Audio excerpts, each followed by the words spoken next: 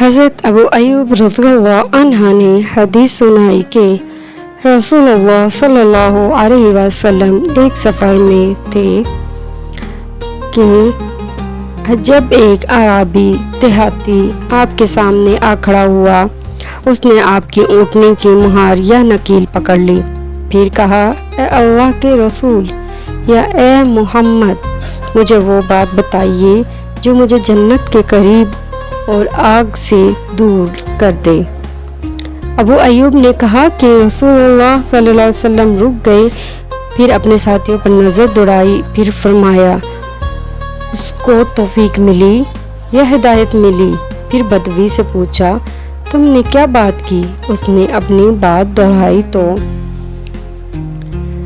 نبی اکرم صلی اللہ علیہ وآلہ وسلم نے فرمایا، تم اللہ تعالیٰ کی بندگی کرو، اس کے ساتھ کسی کو شریک نہ ٹھہراؤ، نماز قائم کرو، زکوٰۃ ادا کرو اور صلہ رحمی کرو۔ کتاب صحیح مسلم، حدیث نمبر 104۔